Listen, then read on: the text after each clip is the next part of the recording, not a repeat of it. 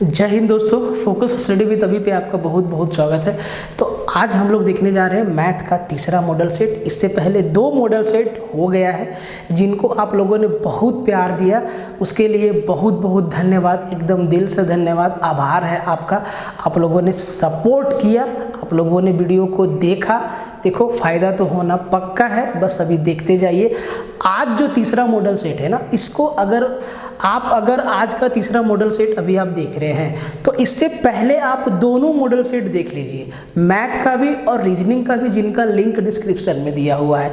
और इससे पहले जो हम 30+ प्रैक्टिस करवाए हैं, जब आप लोग सीरियस नहीं थे, जबकि हम बार बार बोल रहे थे कि आप लोग लग जाइए लग जाइए लग जाइए, फिर भी आप लोग पता नहीं बात नहीं माने। खैर कोई बात नहीं, उसको भी आप लोग देखिएगा। सबका प्लेलिस्ट अलग अलग बना दिया गया है, अभिषेक सर बना दिए हैं। आप उन सारे सेट्स को देखिए। और आज का जो मॉडल सेट है एकदम बेहतरीन है, हर दिन के जैसा। तो शुरू से लेके आखिरी तक देखिएगा। और इसी तरीके का मॉडल पेपर अभिषेक सर बहुत जल्दी आप लोग के सामने लेके आने वाले हैं। अभी उनका केमिस्ट्री का कोर्स थोड़ा सा बचा हुआ है, इम्पोर्टेंट जितना भी टॉपिक था वो निकाल दिए हैं, अभी कुछ और उसमें पढ़ाना बाकी है। जैसे ही उनका केमिस्ट्री ख़त्म हो जाता है वो भी जो है आपके लिए एकदम बेहतरीन मॉडल सेट अभिषेक सर लेके आएंगे। ठीक है, तो पूरा देखना भाई, शुरू से लेके आखिरी तक देखना। अब कुछ लोगों से मेरी फ़ोन पे बात हुई तो उन लोगों ने कहा कि सर अभी हम लोगों का मैथ कंप्लीट नहीं हुआ है, तो इसीलिए हम लोग नहीं देख रहे, बाद में देखेंगे। अब बाद में मतलब एग्ज़ाम के बाद देखने से कोई फ़ायदा थोड़ी ना है भाई। आपका मैथ कंप्लीट कर रहे हैं, आप रात दिन लगे हैं, बहुत अच्छी बात है। अब साथ साथ इसको भी देखते जाइए। जितना आप पढ़े हैं वो तो एटलीस्ट रिवीजन हो जाएगा, और जो नहीं पढ़े हैं वो डाउट रहेगा, और जब आप वो चैप्टर पढ़ेंगे तो वो डाउट वहाँ पे क्लियर हो जाएगा। तो फ़ायदेमंद है, इसीलिए शुरू से लेके आखिरी तक देखिए।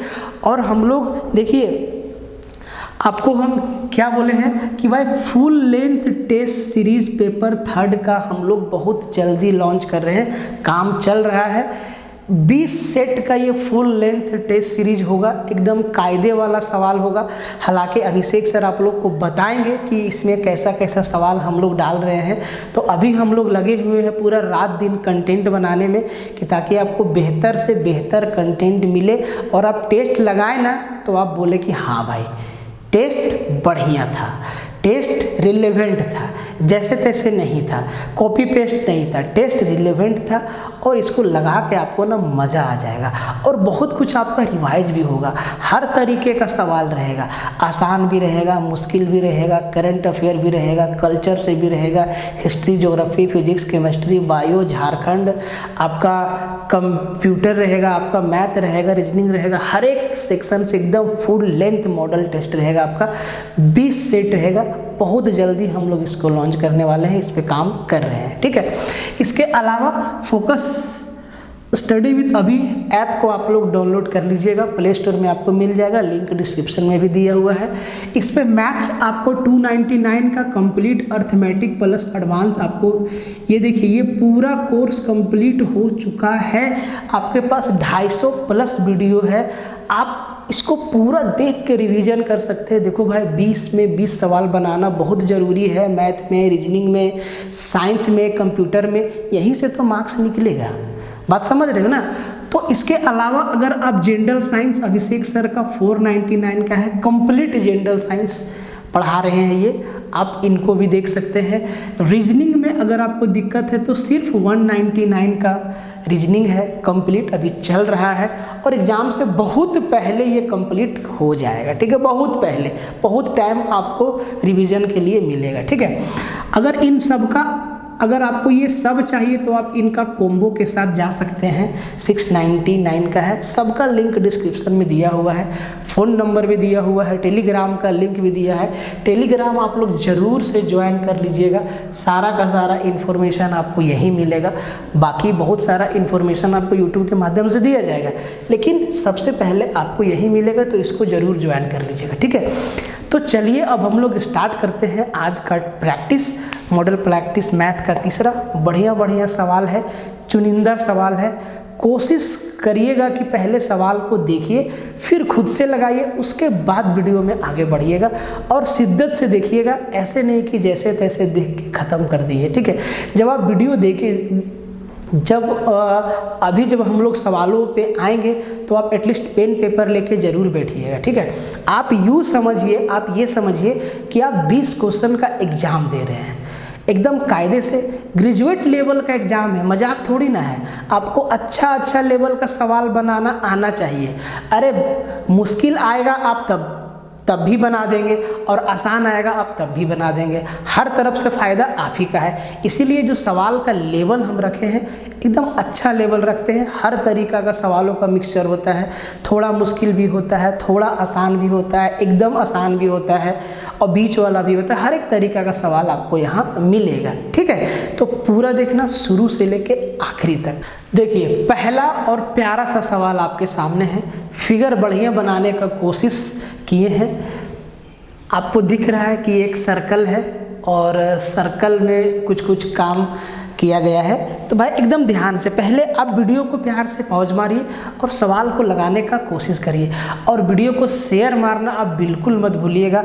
सपोर्ट करिए, आप यकीन मानिए आपको बेहतर कंटेंट देंगे, एकदम ज़बरदस्त। अभी जितना हम लोगों का कोशिश है ना, तो इस कोशिश से कई गुना बढ़ के आपको कंटेंट देंगे। जितना हम लोग के पास रिसोर्स है, उससे कई गुना ऊपर उठ के हम लोग आप लोग को कंटेंट देने का कोशिश में लगे हुए हैं। तो आपका एक सपोर्ट ना कई छात्रों का भविष्य को बेहतर बना सकता है, ठीक है। तो हम लोग लगे हुए हैं। बहुत बड़ी टीम हमारी नहीं है, हम लोग 2 लोग हैं, अभिषेक सर और हम, और हर कुछ हम लोग खुद से मैनेज करते हैं। एक एक चीज़ देखते हैं, एक एक बुक को देखते हैं, सारा कि कंटेंट कैसा होना चाहिए, कैसा देना चाहिए, कि ताकि बेहतर से बेहतर कंटेंट आपके पास डिलीवर हो सके, आपको भी मज़ा आए, एग्ज़ाम देने में भी आपको मज़ा आए, ठीक है। तो थोड़ा सा सपोर्ट ज़रूरी है, कीजिएगा। कहता है कि पहला सवाल है, दिए गए चित्र में वो ओ वृत्त का केंद्र तथा 12 इकाई त्रिज्या है, उसमें छायांकित क्षेत्र का क्षेत्रफल कितने वर्ग इकाई है।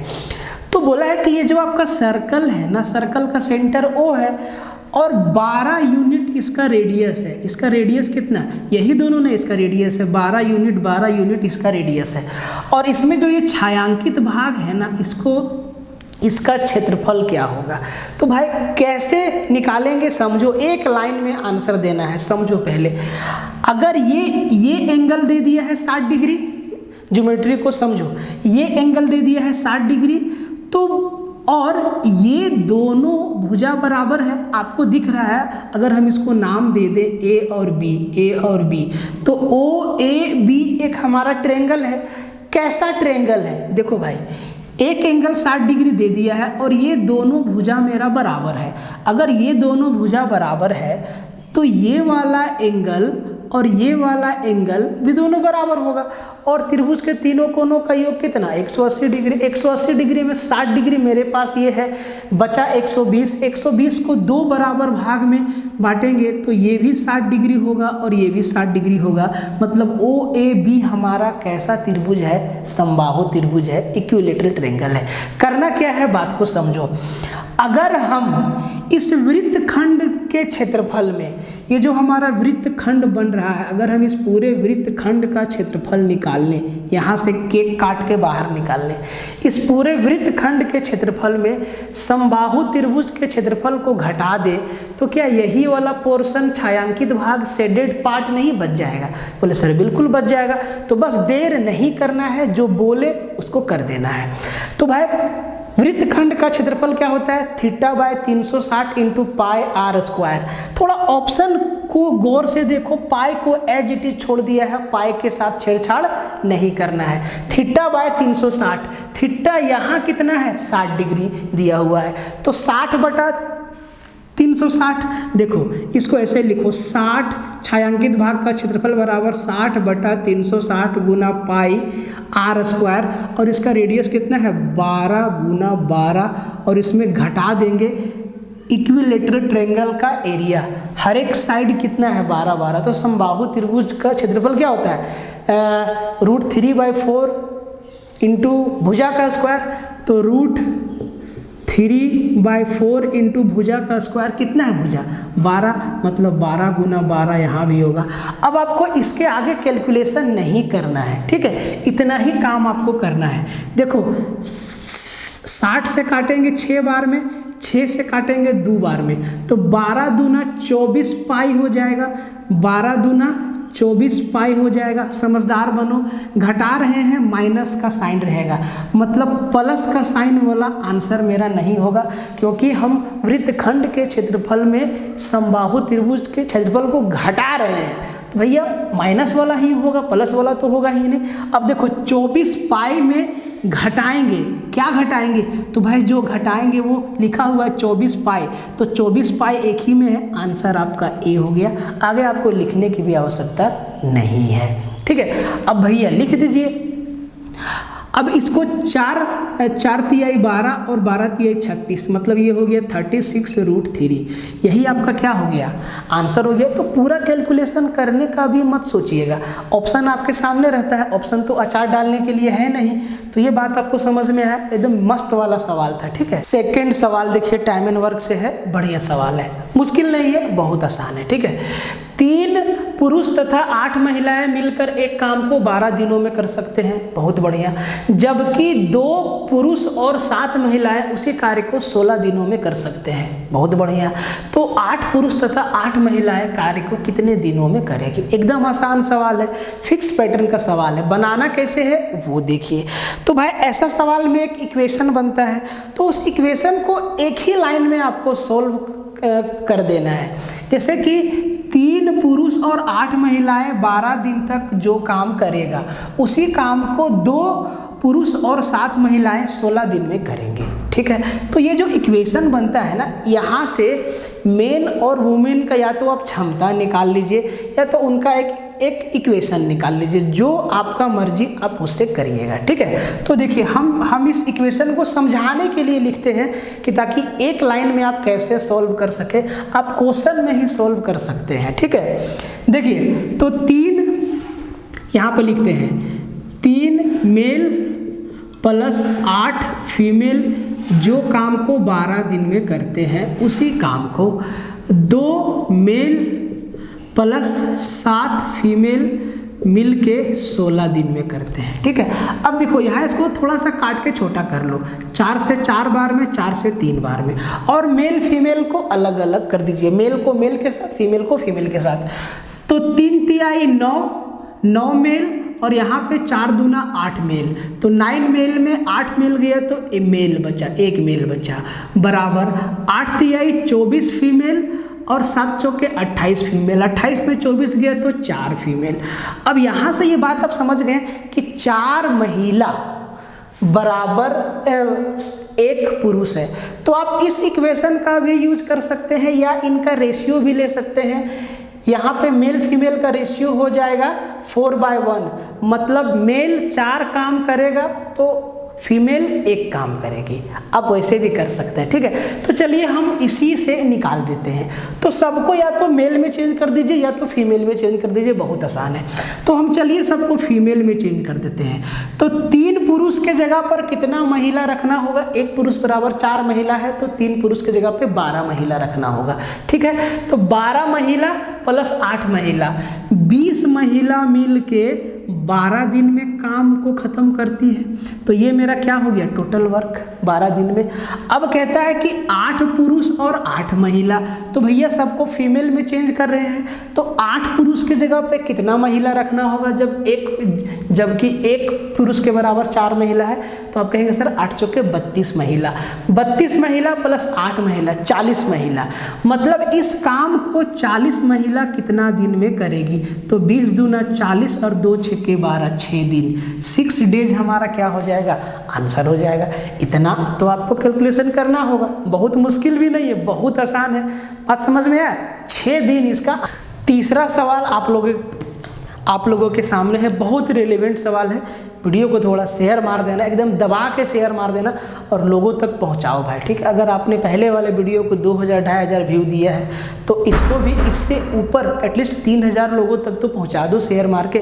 सवाल हम आपको एक से एक देने वाले हैं और जैसे तैसे नहीं, एकदम रिलेवेंट सवाल रहेगा, ठीक है। कहता है कि 3 सेंटीमीटर व्यास वाले कुछ ठोस गोले एक बेलनाकार बर्तन में डालकर पूर्णतः डुबोए गए हैं। उस बेलनाकार बर्तन के आधार का व्यास 9 सेंटीमीटर है। यदि इससे बर्तन में जल का स्तर 10 सेंटीमीटर ऊपर हो जाता है तो डाले गए गोलों की संख्या कितनी है। एकदम आसान सवाल है। तो एक बेलन में, एक बेलनाकार बर्तन में ना छोटा छोटा गोला डालते हैं और जब गोला डाल देते हैं, गोला सारा का सारा पानी में कंप्लीट डूब जाता है तो जल का जो लेवल है वो 10 सेंटीमीटर बढ़ जाता है। तो कितना गोला डाले हैं। बहुत ही आसान सवाल है। एक फिगर से समझाते हैं, समझना। पहले आप लोग वीडियो को पॉज मार के सवाल को करना, आंसर देना कमेंट में, उसके बाद वीडियो को देखना, ठीक है। देखो हम आपको समझाते हैं यहाँ। तो एक हमारा ये बेलनाकार पात्र है ऐसे, ठीक है। ये बेलनाकार पात्र है ऐसे, इसमें हम छोटा छोटा गोला डालें, छोटा छोटा गोला डालें। कितना गोला डालें हैं वही हमसे पूछ रहा है, ठीक है। छोटा छोटा गोला डालें, छोटा छोटा गोला डालें। तो जो पानी का लेवल है ना वो 10 सेंटीमीटर मान लो कि यहाँ तक उठ गया, तो इसका हाइट कितना उठ गया, 10 सेंटीमीटर उठ गया। पूछा है कि हम कितना गोला डालें। इसका जो व्यास दिया है 9 सेंटीमीटर है, यहाँ से यहाँ इसका व्यास डायमीटर 9 सेंटीमीटर है। अब मेरा बात समझिए, एक लाइन में आंसर ठोक देंगे। जितना पानी का आयतन होगा उतना ही गोला डाले हैं। जितना पानी का आयतन होगा उतना ही सब गोला का आयतन होगा। जितना गोला डाले हैं सब मिला के आयतन उतना ही होगा जितना पानी का आयतन होगा। तो पानी का हाइट कितना है, 10 सेंटीमीटर, ठीक है। 10 सेंटीमीटर, ठीक है। और इस बेलनाकार पात्र का व्यास है 9 सेंटीमीटर और हर एक गोला का रेडियस दे दिया है 3 सेंटीमीटर। हम व्यास दे दिया है 3 सेंटीमीटर। हम आपको क्या बोले कि जितना इस पानी का आयतन होगा यहाँ तक उतना ही गोला का आयतन होगा। तो सब गोला मिला के उतना ही आयतन होगा। एक लाइन में इसको कैसे लिखेंगे देखो। तो भाई बेलनाकार पात्र का आयतन क्या होता है, पाई आर स्क्वायर एच। तो पाई मतलब 22/7 आर स्क्वायर। इसका रेडियस कितना होगा भाई, डायमीटर है 9 सेंटीमीटर, रेडियस जो होगा वो 9/2 इंटू 9/2 इंटू क्या होगा हाइट, और हाइट कितना है तो 10 सेंटीमीटर बराबर गोला का आयतन क्या होता है 4/3 पाई आर क्यू। 4/3। अब देखो भाई समझदार बनो। हम 22/7 लिख के काट क्यों दिए, पाई इधर भी आना है, पाई इधर भी आना है, पाई इधर भी आना है, पाई इधर भी आना है। 4/3 पाई आर क्यू। तो इसका रेडियस कितना होगा, व्यास 3 सेंटीमीटर है तो रेडियस 3 का आधा 3/2। तो 3/2 का क्यूब मतलब 27/8। और ऐसा मान लेते हैं कि हम n गोला डाले हैं। कितना, n गोला डाले हैं। तो n गोला का आयतन बराबर इसका आयतन, पानी का आयतन या बेलन का आयतन बराबर हो जाएगा। अगर हम बेलन का हाइट 10 सेंटीमीटर ही कर दें तो भैया बात बन जाएगा, कोई दिक्कत नहीं। अब देखो प्यार से समझो, पाई से पाई को हटाओ। अब देखो 2 दूना 4 और 4 दूना 8 और ये 2 दूना 4 खत्म हो गया। 3 से कट गया 9 बार में, ठीक है। 9 दूना 18। अब देखो ये कितना हो गया, 9 से 9 गया, 9 से 9 गया और यहाँ 2 से 5 गया, 9 × 5 = 45। n का वैल्यू कितना आया 45। मतलब हम 45 छोटा गोला डाले हैं इसमें। एक बार में कटम कुटाई कर देना है, कुछ भी नहीं है, एकदम आसान है, ठीक है। तो हम बेलनाकार पात्र में 45 छोटा गोला डाले हैं जिसका व्यास 3 सेंटीमीटर है। एकदम मुश्किल नहीं है, एकदम आसान है। बस इसको जहाँ समझ गए आपका आंसर आ गया, ठीक है। चौथा नंबर सवाल देखिए। पहले तो खुद से लगाइए, उसके बाद वीडियो देखिए। मिक्सचर से सवाल है, हर एक चैप्टर से आपको हम सवाल देंगे, ठीक है। कहता है कि A तथा B में 2 ऐसे मिश्र धातुएं हैं जो सोने तथा तांबे को क्रमशः 7:2 और 7:11 के अनुपातों में मिश्रित करके बनाई गई है। यदि उन दोनों मिश्र धातुओं को समान मात्राओं में पिघलाकर एक नई मिश्र धातु सी बना दी जाए तो सी में सोने तथा तांबे का अनुपात क्या होगा। बहुत ही आसान तरीका बताते हैं, बहुत ही आसान मेथड बताते हैं, याद रहेगा। कहता है कि बराबर बराबर मात्रा मिलाना है दोनों का। ए से जितना लेंगे उतना ही बी से लेंगे और जितना ए से लेंगे उतना ही बी से लेंगे और दोनों को मिला देंगे तो एक नया मिश्र धातु सी बनेगा। सी में सोना और तांबा का अनुपात क्या है। तो जैसे ही बोले समान मात्रा तो पहले मात्रा समान करो। देखो एकदम ध्यान से समझना बात को, ठीक है। तो सोना और तांबा है, सोना और तांबा है, तो S फॉर सोना लिखते हैं, T फॉर तांबा लिखते हैं। तो सोना 7 है और तांबा 2 है पहला में, B में ये है A में, और B में सोना 7 है और तांबा 11 है, ठीक है। तो भैया इनसे बराबर बराबर मात्रा लेना है, मिश्र धातु बराबर लेना है। इससे अगर हम 5 लीटर निकालेंगे तो इससे भी 5 लीटर निकाल के 10 लीटर सी में डालेंगे, ठीक है। तो सबसे पहले इसको बराबर करो। बराबर करने का तरीका क्या है हम आपको बताते हैं। बराबर करने का तरीका ध्यान से समझना। 7 और 2 9, 9 से इसको गुना करो। 11 और 7 18, 18 से इसको गुना करो। अब देखो गुना करो, 18 सत्ते 156 सोना के नीचे लिखो और 9 सत्ते 63 सोना के नीचे लिखो। अब 18 दूना 36 तांबा के नीचे लिखो और 11 9 99 तांबा के नीचे लिखो। यही अनुपात हो जाएगा दोनों का मेरे भाई। तो 6 3 9 6 5 6 3 9 6 5 11 1 और 1 2 18 सत्ते 126 होता है, हम 156 लिख दिए, ठीक है। तो 6 3 9 6 2 8 189 और 9 6 15 9 3 12 और 1 13 153। अब देखो ध्यान दो 135 189 अनुपात 135 होगा सी मिश्र धातु में, लेकिन ये कटेगा। अब यहीं पे आपका ना टेबल बहुत काम आता है। हम आपको बार बार कहते हैं कि 30 तक टेबल याद रखो। तो 30 तक याद रखोगे तो 27 25 135 27 सत्ते 189 7 अनुपात 5 किधर है 7 अनुपात 5 डी हमारा आंसर हो जाएगा। सोना और तांबा का ध्यान से जो पूछा है उसी में ऑप्शन देखो 5 अनुपात 6 6 अनुपात 5 5 अनुपात 7 7 अनुपात 5। ऐसा ना हो कि आप सही बना के गलत आंसर टिक कर दे 5 अनुपात 7 तो सब मटिया मलिन हो जाएगा। बात समझ में आए। एकदम आसान सवाल। 5वां नंबर सवाल को लगाइए आप लोग और जितना ट्रिक जानते हैं सब लगा दीजिए, नहीं बनेगा। ये सवाल दिया ही गया है इसलिए एग्जामिनर देता है, इसलिए है ऐसा सवाल कि ताकि आप बेसिक से जाना पड़ेगा और कोई ऑप्शन है नहीं। सवाल क्या है पहले समझिए। कहता है कि 2 शून्योत्तर संख्याएं ऐसी है, नॉन जीरो नंबर है, नंबर जीरो नहीं है, ठीक है, नॉन जीरो नंबर है। 2 शून्योत्तर संख्याएं ऐसी है कि उनका अंतर, उनका योगफल तथा उनका गुणनफल का अनुपात 1:5:36 है। उन संख्याओं का योगफल कितना होगा। अब 2 संख्या का जब अंतर किया तो 1, योगफल 5 और उनका गुणनफल 36 है। तो ये संख्या, ये अनुपात है, ये अनुपात है, ओरिजिनल नहीं। तो भाई संख्या क्या, तो संख्या का योग क्या होगा। मतलब x अगर हम ये मान लें कि 2 संख्या x + y है, x और y है, तो x + y क्या होगा। तो क्या हम इसको किसी भी ट्रिक टेक्निक से निकाल सकते नहीं। यहीं पे काम आता है आपका बेसिक। मजबूत है तो फाड़ देंगे, नहीं है तो मुंह देखेंगे, ठीक है। तो देखिए समझाते हैं इसको, ठीक है। तो सबसे पहला जो हम अप्रोच लगाएंगे, तो भाई संख्या हम मान लिए x और y, ठीक है। तो 2 संख्या x और y है, तो इनका अंतर मतलब x - y अनुपात इनका योगफल मतलब x + y अनुपात इनका गुणनफल मतलब x y बराबर जो रेशियो दिया है 1:5:36 यही दिया है, यही दिया है। आप इनके साथ भी कोई वेरिएबल मान सकते हैं, k मान लीजिए, p मान लीजिए, कोई दिक्कत नहीं है।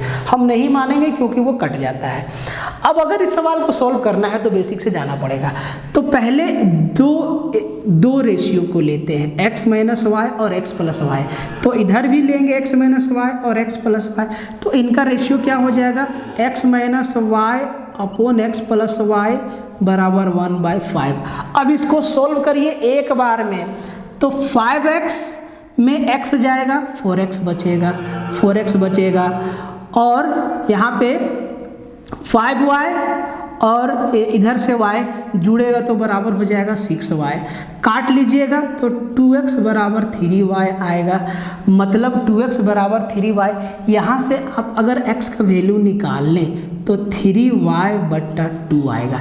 इसको काम में लेंगे अभी हम, सवाल आसान नहीं है, मुश्किल है, ठीक है, बेसिक से जाना पड़ेगा, बट कैलकुलेशन बहुत आसान है, ठीक है।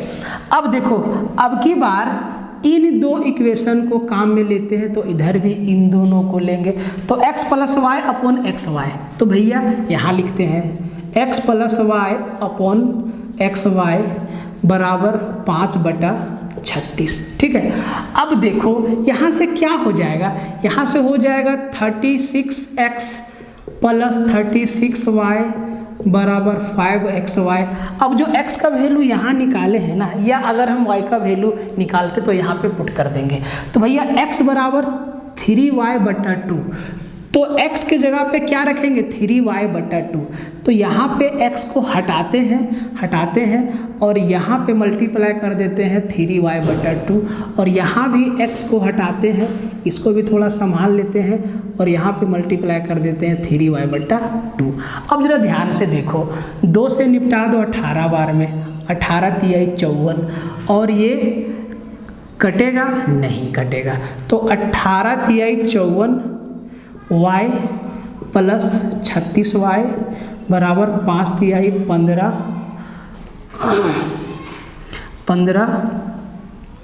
y² हो जाएगा, बट्टा में 2 हो जाएगा, और यहाँ से y कॉमन लेंगे तो एक हमारा कट जाएगा, तो y से y हमारा कैंसिल हो गया। 36 और 54 60 90 15 छक्के 90, y बराबर 6 दूना 12, y का वैल्यू क्या आ गया 12 आ गया।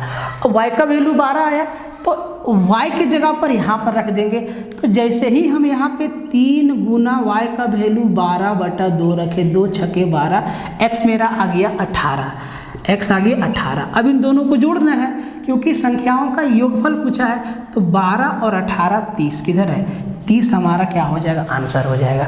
आसान सवाल नहीं था क्योंकि कुछ इसमें दिया ही नहीं था, आपको बेसिक से ही जाना होगा। एक तरीका आप लगा सकते थे वो भी आपका फेल हो जाता। तो भैया x + y का जो देखिए यहाँ पे है x माइनस, यहाँ पे है x - y, यहाँ पे है x + y और यहाँ पे है xy, तो x + y का जो रेशियो है वो 5 है, मतलब जो भी ऑप्शन होगा वो 5 का मल्टीपल होगा, तो चारों ऑप्शन 5 का मल्टीपल है। 5 × 40, 5 × 45, 5 × 50, 5 × 36, सब फेल हो जाता है। मतलब आपको बेसिक से जाना ही होगा और कोई ऑप्शन है नहीं, तो नंबर सिस्टम से बढ़िया सवाल डाल देगा ना तो खटिया खड़ा और उसका पौवा टेढ़ा हो जाएगा, ठीक है। देखिए इसको 6 देखिए, मैं दावे के साथ कह सकता हूँ कि कई लोगों का आंसर गलत हो जाएगा, क्योंकि उनको वो इसमें कंफ्यूज हो जाते हैं कि रूट के अंदर जब पॉइंट में दिया हुआ तो कितना बाहर निकालना है, कितना बाहर निकालना है, तो हम आपको बता देते हैं कि आधा बाहर निकालना है, ठीक है, आधा बाहर निकालना हमेशा। अब इसका क्या मतलब है समझो, सवाल में एकदम समझना ध्यान से, सब कुछ समझ में आएगा। तो सबसे पहले जो रूट के अंदर रूट है इसको तोड़ना होगा, तो ये है 0.00000064, तो भैया अगर सिर्फ 64 रहता तो 8 निकाल लेते हैं क्योंकि रूट 64 का वैल्यू 8 होता है। अब सिर्फ 8 तो नहीं निकालेंगे, कितना जीरो है 1 2 3 4 5 6, तो आधा 3 जीरो बाहर निकाल लेंगे पॉइंट के साथ। तो भैया इसका वैल्यू ये जो रूट के अंदर है ना 0.6064, इसका वैल्यू ये आ गया 0.0008। अब इसको जोड़ना होगा इसके साथ, इसको जोड़ना होगा इसके साथ, इसको जोड़ना होगा इसके साथ, जोड़ना होगा ना, तो 0.0001 है, 0.008 है, इनको जोड़ेंगे तब कितना हो जाएगा 0.0009, और इस पर एक रूट और लगा हुआ है, ये वाला ऊपर वाला। अब इसका वैल्यू कितना होगा, तो भाई कितना संख्या है, तो जी कितना अंक है, तो जी 4 अंक है, तो इसका आधा निकाल लेंगे 0.03, 2 अंक निकाल लेंगे और यही हमारा क्या हो जाएगा आंसर हो जाएगा सीधा। बात समझ में आया, एकदम आसान है, कंफ्यूज हो सकते हैं, ऐसा सवाल भी तो डालता है एग्जाम में, डालता है कि नहीं। देखिए क्वेश्चन नंबर 7 और 8, भले ही हम व्हाइट बोर्ड पे आपके लिए मेहनत कर रहे हैं, लेकिन सवाल एक से बढ़ के एक दे रहे हैं और सारा का सारा सवाल एकदम रिलेवेंट है। तो बस आप लोगों से इतना ही रिक्वेस्ट है कि थोड़ा साथ दीजिए, शेयर मार दीजिए एकदम, जितना लोग देख रहे हैं सब लोग शेयर मार दीजिएगा, जितना लोग आगे देखेंगे आप लोग भी शेयर मार दीजिएगा, ठीक है। आइए 7 नंबर सवाल देखिए, x बराबर है क्यूब रूट 3, y बराबर और z बराबर, x y और z का वैल्यू दे दिया है। बोला है कि निम्नलिखित में से कौन सा सही है। क्या x छोटा है y से, y छोटा है z से, कि z छोटा है x से, या तीनों आपस में बराबर है। तो सबसे पहले तो इसको तो काट ही देगा आदमी, कोई भी x y z का अलग अलग वैल्यू दिया है, बराबर नहीं होगा, ठीक है। अब देखो इसको सोल्व करने का तरीका क्या है, तो सबके पावर को सोल्व करो। तो x का वैल्यू है क्यूब रूट 3, तो हम इसको क्या लिख सकते हैं, 3 का पावर 1/3। y का है तो हम इसको लिख सकते हैं 4 का पावर 1/4, और सिमिलरली 6 का पावर 1/6। अब जो पावर में है ना उनका एलसीएम 3, 4 और 6 का एलसीएम ले लो।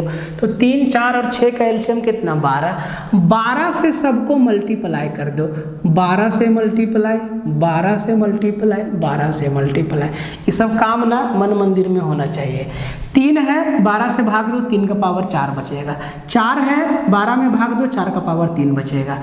6 है यहाँ पे 6 है करनी, तो भाई इसको 12 में भाग दो, 6 का पावर 2 बचेगा। ये सब काम मन मंदिर में होना चाहिए, ठीक है।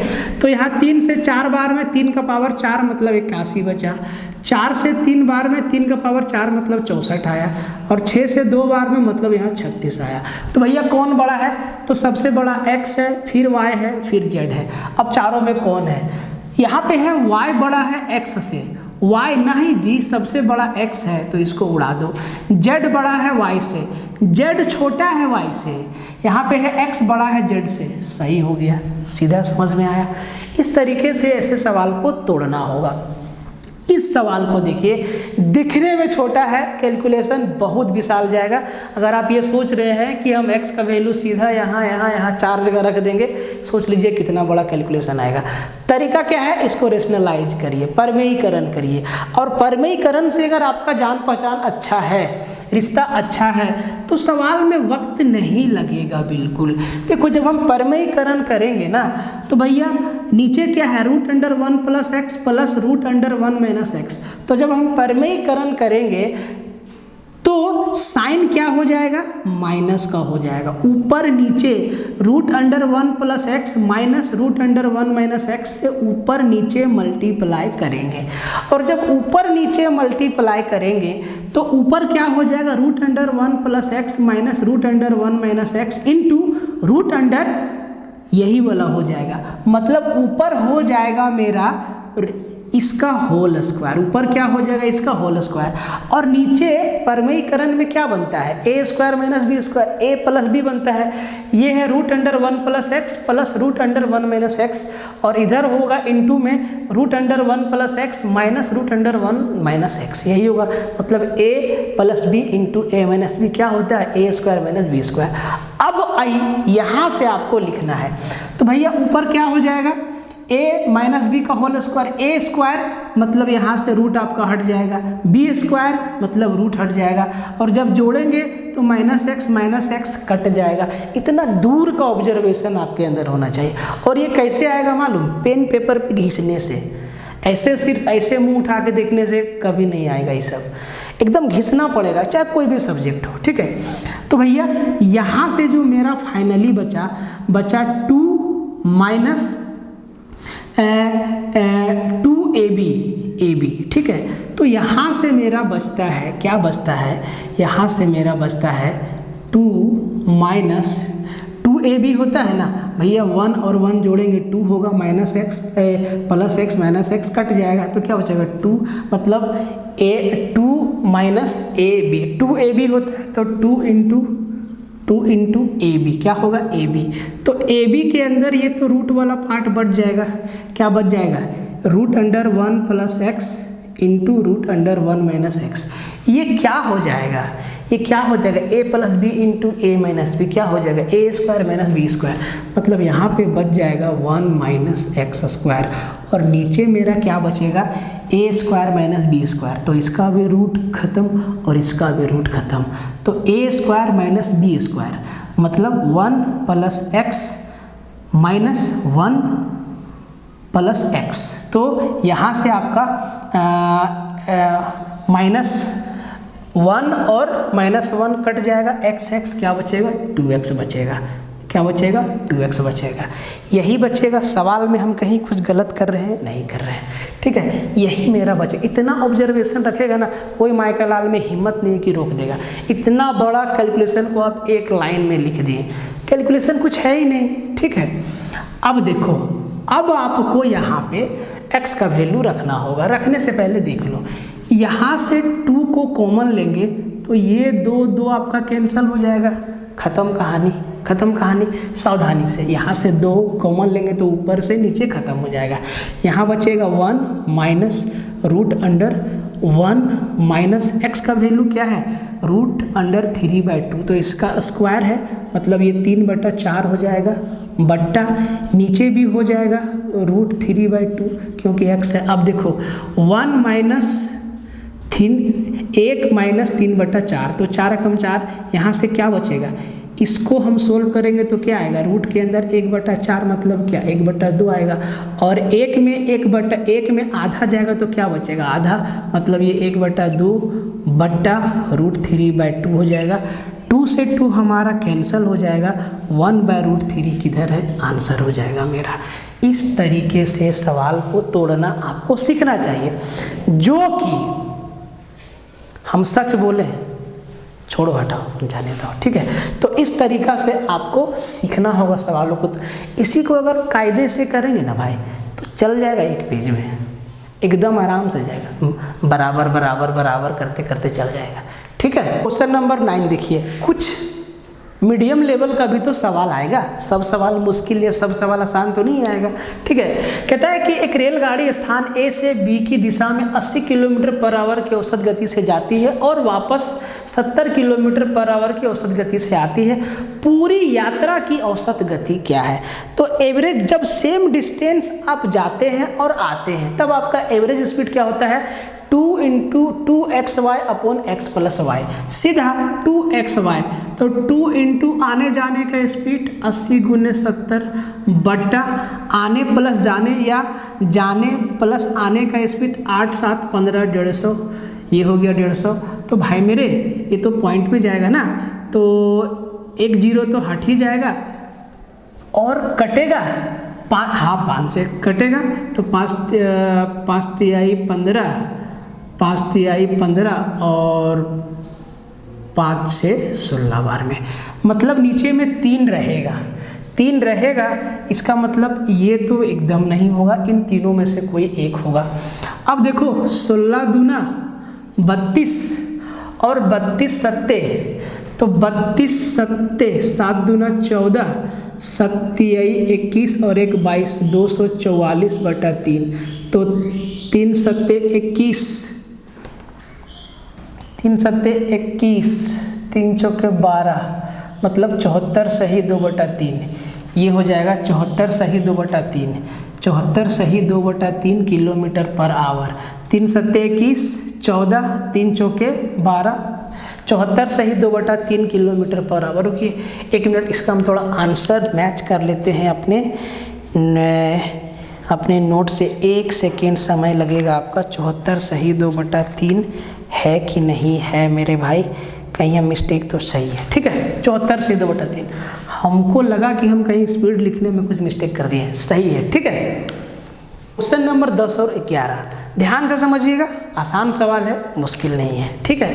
कहता है कि एक व्यक्ति एक वस्तु के विक्रय मूल्य में से अपने व्यापारिक खर्च को 40% घटाकर भी 20% का लाभ प्राप्त कर लेता है। उस वस्तु का विक्रय मूल्य उसके लागत मूल्य से कितने प्रतिशत अधिक है? मतलब ये बोला है कि उसका जो सेलिंग प्राइस है, उसका कॉस्ट प्राइस से कितना % ज़्यादा है, ये पूछा है। एकदम आसान है, एक्स वाई मानने की आवश्यकता बिल्कुल नहीं है।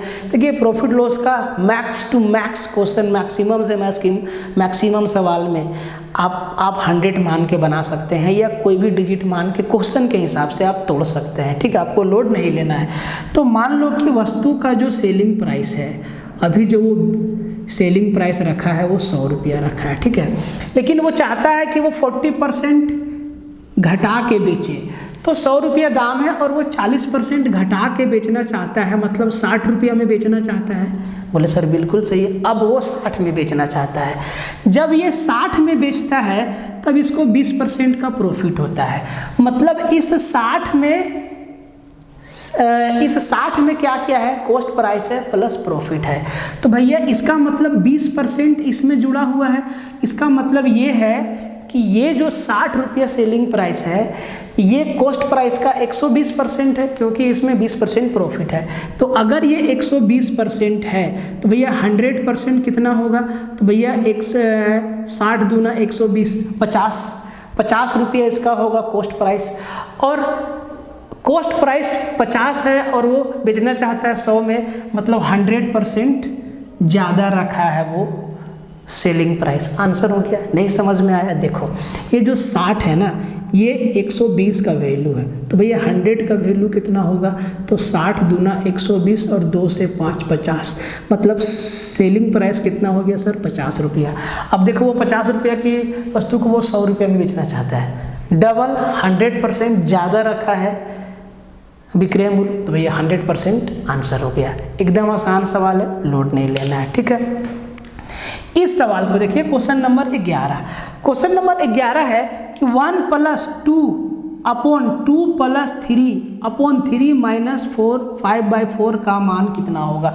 ये सवाल आप लोग के लिए है, इसका आंसर आप कमेंट में करिए। देखिए बहुत लोग आंसर कमेंट में दे रहे हैं, ये बहुत ही अच्छी बात है।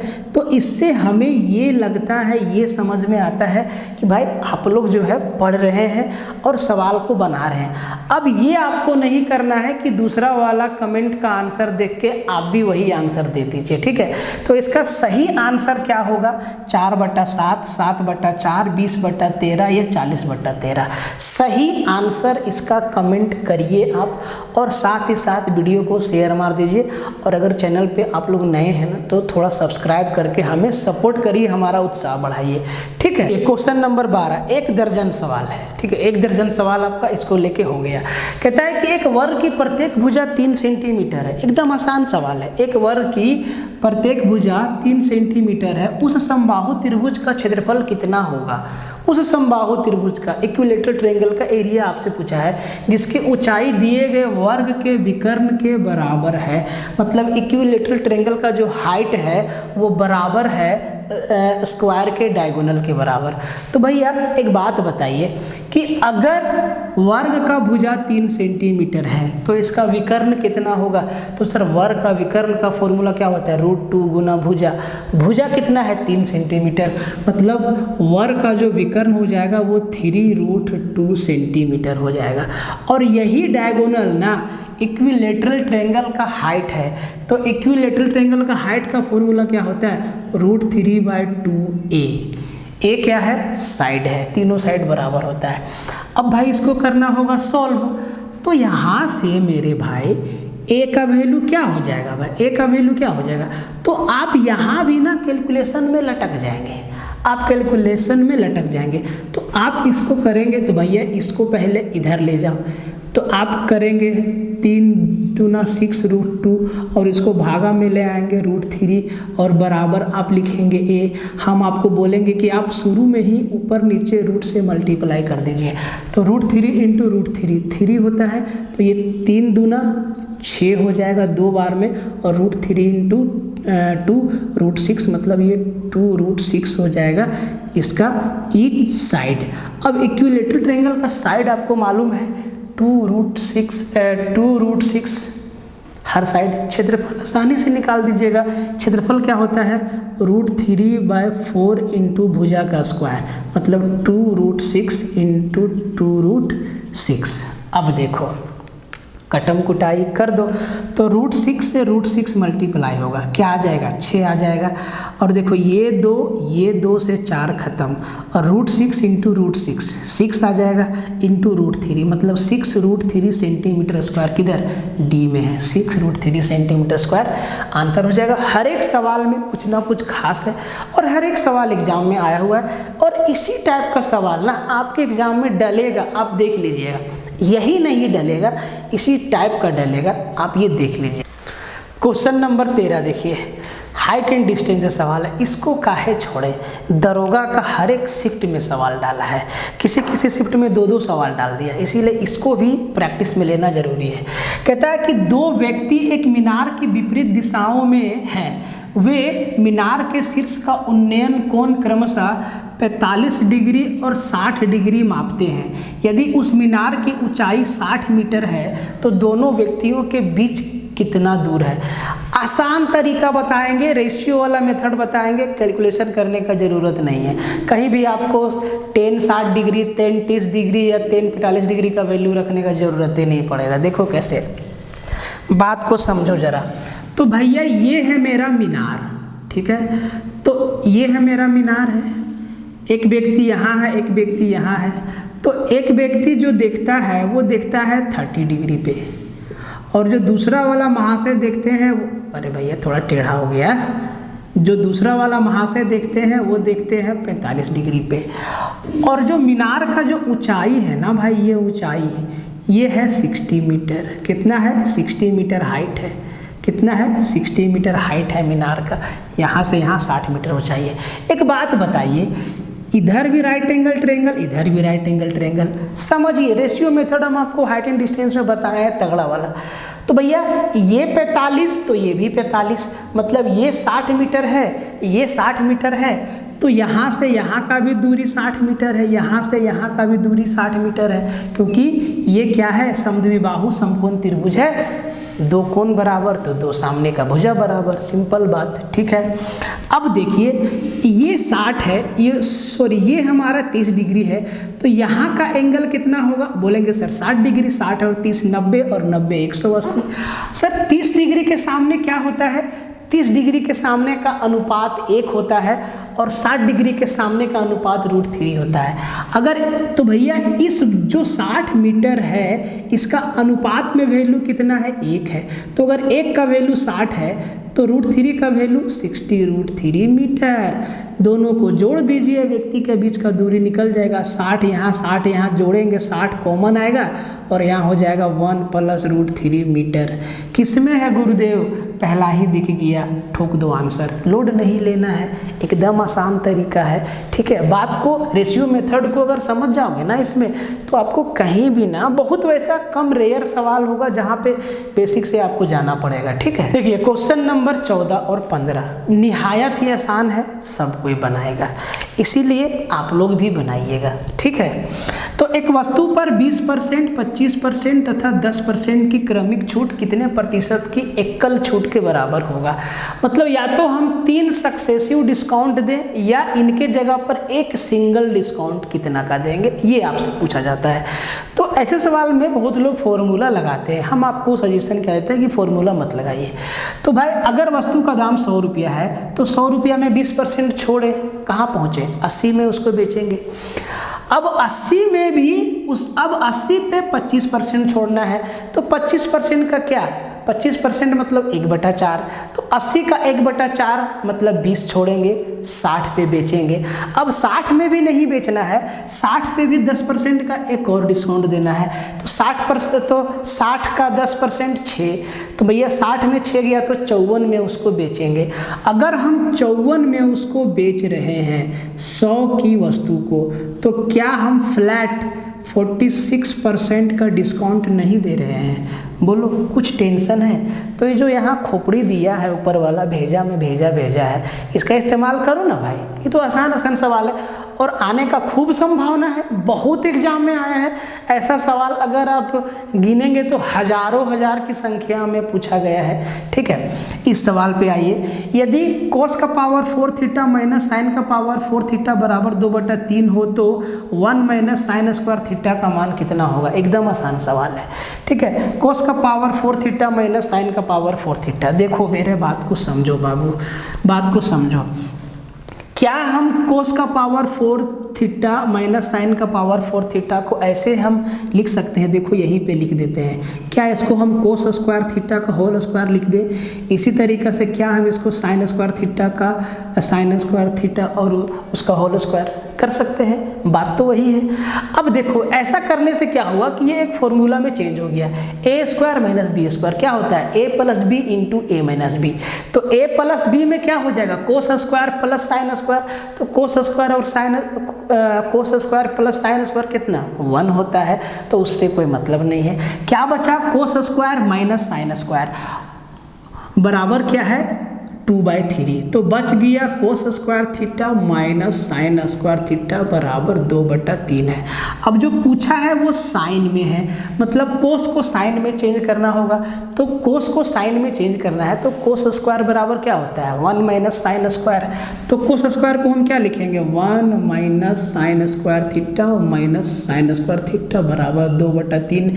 तो minus sine square theta minus sine square theta minus 2 sine square 1 minus sorry यहाँ पे 1 माइनस 2 साइन स्क्वायर थीटा है, 1 माइनस 2 साइन स्क्वायर थीटा है। ठीक है, तो minus sine square theta minus sine square theta तो हो जाएगा माइनस 2 साइन स्क्वायर थीटा और 1 इधर है, मतलब इसका वैल्यू भी क्या हो जाएगा? यही हो जाएगा, 2/3 ही इसका आंसर हो जाएगा। एकदम देखो हर तरीके का सवाल हम आपको दे रहे हैं, आपके ऊपर जिम्मेवारी क्या है कि दबा के लाइक मारिए और दबा के शेयर करिए। ठीक है, अगर ऐसा आपने कर दिया तो समझिए कि एक अभी से लेके एग्जाम तक इतना मॉडल सेट प्रैक्टिस करवा देंगे ना कि सवाल यहीं से आ जाएगा। बात समझे? देखिए क्वेश्चन नंबर 16 देखिए, एकदम बेसिक सवाल है, त्रिभुज से एकदम बेसिक सवाल है, आना चाहिए आपको। कहता है कि त्रिभुज पी क्यू आर में एंगल P बराबर 30 डिग्री, एंगल R बराबर 40 डिग्री है, तो आरोही क्रम में उस त्रिभुज की भुजाएं कैसी होगी? बढ़ते क्रम में। अब देखो त्रिभुज का 2 एंगल बता दिया है, तीसरा तो आसानी से निकाल सकते हैं। 30 और 40 70, मतलब तीसरा होगा 110। तो इस त्रिभुज का भुजा कैसा होगा? सबसे बड़ा कौन होगा, उससे छोटा, और सबसे छोटा कौन होगा? तो फिगर बना के आपको थियरी भी बता देते हैं और आप समझ भी जाइएगा। तो भैया हम एक फिगर बना लिए पी क्यू आर। ठीक है भाई, P यहाँ से लिखते हैं P क्यू आर, आप कहीं से भी स्टार्ट कर सकते हैं, यहाँ से भी पी क्यू आर, यहाँ से भी पी क्यू आर, कहीं से भी लिख सकते हैं। ठीक है, तो एंगल P हमारा 30 डिग्री है और एंगल R हमारा 40 डिग्री है, ये 40 डिग्री है, तो ये हमारा कितना होगा सर? 110 डिग्री होगा। बोलो हाँ कि हाँ। 30 और 40 70 और 110 180 हो गया।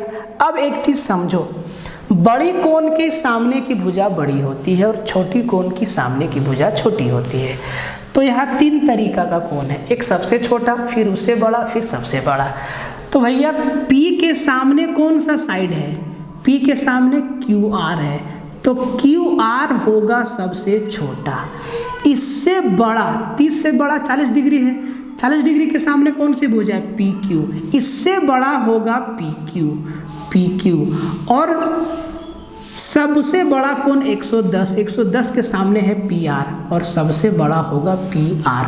तो बड़ी कोण की सामने की भुजा बड़ी, या इसका उल्टा भी सही है, बड़ी भुजा के सामने का कोण सबसे बड़ा। तो भाई छोटा सा थ्योरी से है। देखिए अब ढूंढिए QR,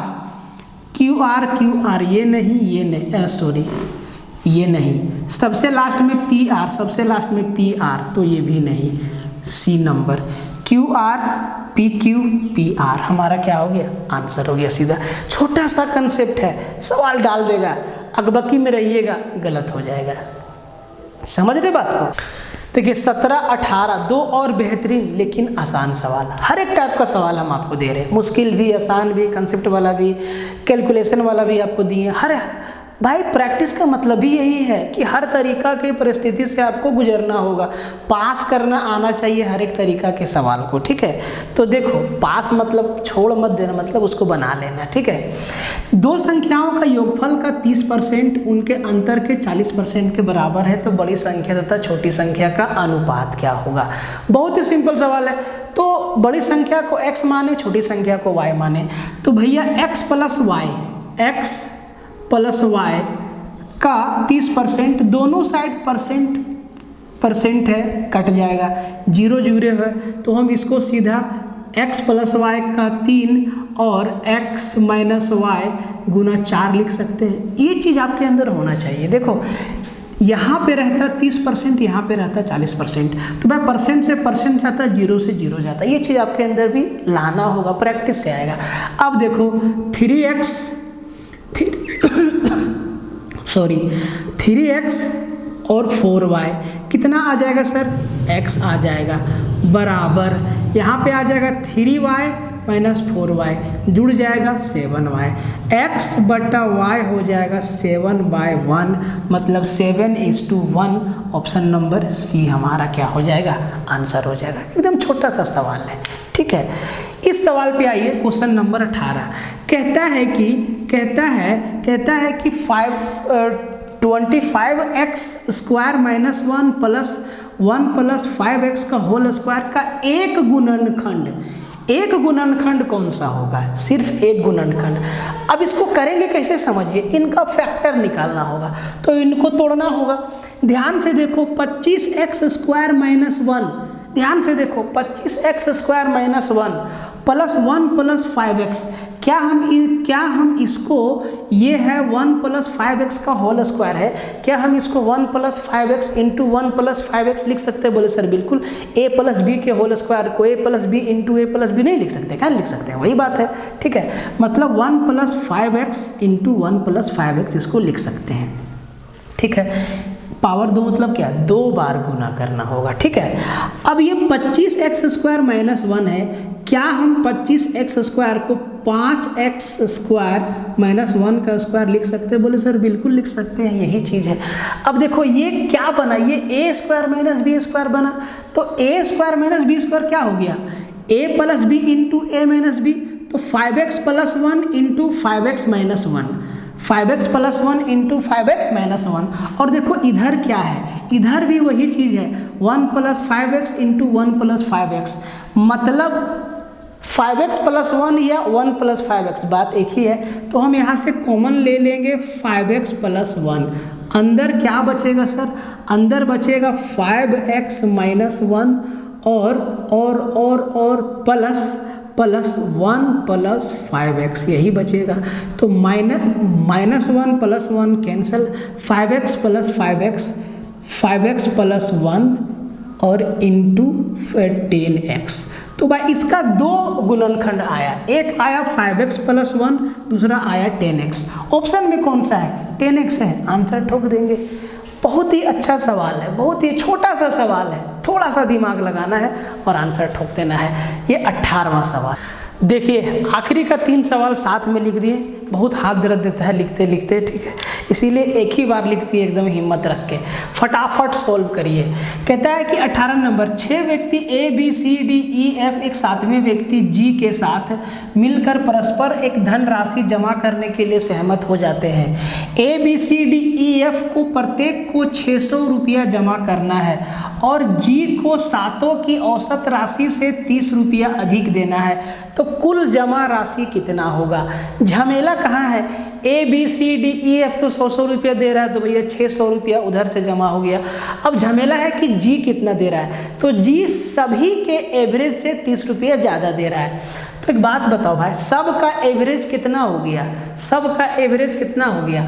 तो मेरे भाई एवरेज कैसे निकालेंगे, सातों का पैसा को जोड़ कर 7 से भागा देंगे और जो आएगा उससे 30 रुपये ज़्यादा देगा ही, ठीक है।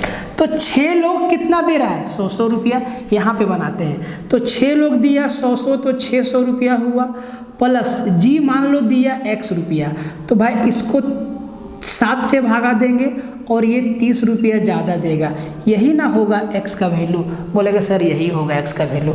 अब डायरेक्ट यहाँ से x का वैल्यू निकाल लो, तो भैया यहाँ से हो जाएगा 7x और यहाँ से x जाएगा माइनस में तो 6x। 7 या 21 210 और 600 बराबर 810। x बराबर 6 एकम 6 तो 2 6 3 18 6 5 30 कितना देगा भाई? 135 रुपये देगा जी, 135 रुपये देगा।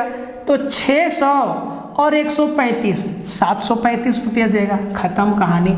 कैलकुलेशन को जितना शॉर्टेस्ट से शॉर्टेस्ट वे में आप निपटा सकते हैं निपटाइएगा भाई, ठीक है। ये बहुत ज़रूरी है। हम कुछ नहीं किए, 600 प्लस x सब का एवरेज को 7 से भागा देंगे और जो आएगा उससे 30 रुपया ज़्यादा देगा जी। तो भाई हम मान लें कि जी बाय x रुपया दे रहा है, तो x का वैल्यू क्या आएगा? 600 प्लस x भागा 7 प्लस 30, तो x का वैल्यू यहाँ से 135, मतलब जी दिया 135 रुपया और ABCDEF 100 रुपया करके 600 रुपया दिया। 600 और 135 735, कहानी खत्म हो गया, ठीक है। इस सवाल पे आइए क्वेश्चन नंबर 19 पे। कहता है कि यदि a का वैल्यू 2 का पावर 3 का पावर 2 और b का वैल्यू 2 का पावर 3 गुना, ये ब्रैकेट मतलब क्या गुना होता है, और होल पावर 2 है, तो क्या सही है? a बराबर b है, a बड़ा है b से, a छोटा है b से, या इनमें से कोई नहीं। ये सवाल सचिवालय में पूछा हुआ है, ठीक है। तो भैया 2 का पावर पे पावर का होता है कि ऊपर से नीचे आते हैं सोल्व करते हुए। तो सबसे पहले देखेंगे 3 का पावर 2, तो 3 का पावर 2 मतलब 9 होता है, 3 का स्क्वायर मतलब 9, तो a का जो वैल्यू आएगा वो 2 का पावर 9 आ जाएगा। और b का वैल्यू क्या आएगा? ये 3 दूना 6 क्या हो जाता है? गुना हो जाता है 2 का पावर 6। तो भैया कौन बड़ा है? a बड़ा है और b छोटा है। ऑप्शन नंबर बी आपका क्या हो जाएगा? आंसर हो जाएगा। एकदम बढ़िया वाला सवाल है। ये सवाल ना कई लोग गलत करके आया था, ठीक है, क्योंकि वो लोग दोनों को एक ही तरीका से ट्रीट करके a बराबर b आंसर कर दिया। इसको कर दिया 3 दूना 6 और इसको तो 3 दूना 6 कर ही दिया, ठीक है। तो इसमें आपको समझदारी वाला बात रखना है। आइए आखिरी सवाल आपका 20वां सवाल। और भाई सेशन को एकदम शेयर मारते रहना, सबको, जहाँ जितना भी आप लोग का ग्रुप है शेयर मार देना, ठीक है। 20वां सवाल कहता है कि यदि b बराबर 1/a और a प्लस b बराबर √3 है तो aq प्लस bq प्लस 2 का वैल्यू क्या होगा? एकदम आसान सवाल है। b बराबर 1/a है तो हम इसको ab बराबर 1 लिख सकते हैं, बिल्कुल। और a प्लस b बराबर कितना दिया है? √3 दिया है। अब AQ प्लस BQ का तो फॉर्मूला आप लोग को पता ही होगा। तो ये AQ प्लस BQ का फॉर्मूला क्या होता है? A प्लस बी का whole cube minus 3AB into A plus B. तो A प्लस बी का होल क्यू मतलब 3 का क्यू 3√3 होगा, प्लस माइनस 3AB तो 3 इंटू AB का वैल्यू कितना? 1 इंटू A प्लस बी का वैल्यू कितना? √3 और प्लस में कितना है? 2 है। तो भाई ये 3√3 और 3√3 उड़ नहीं गया, कितना बचा? 2 और 2 इसका क्या हो गया? आंसर। तो ये था आपका 20 सवाल। कायदे से हमने प्रैक्टिस कराया आपको।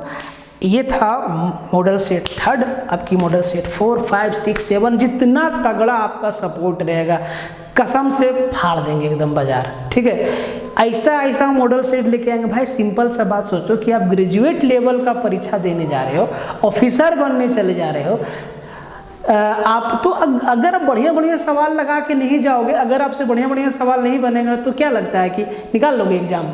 हर एक सेगमेंट में आपको बेहतर काम करना होगा। मैथ में, रीजनिंग में, कंप्यूटर में, साइंस में, जीके जीएस में, झारखंड में, लैंग्वेज पेपर में, तब जाके मज़ा आएगा। फाइटिंग तो तगड़ा होगा, ठीक है। बात आपको समझ में आया? मिलते हैं अगले वीडियो में, तब तक के लिए जय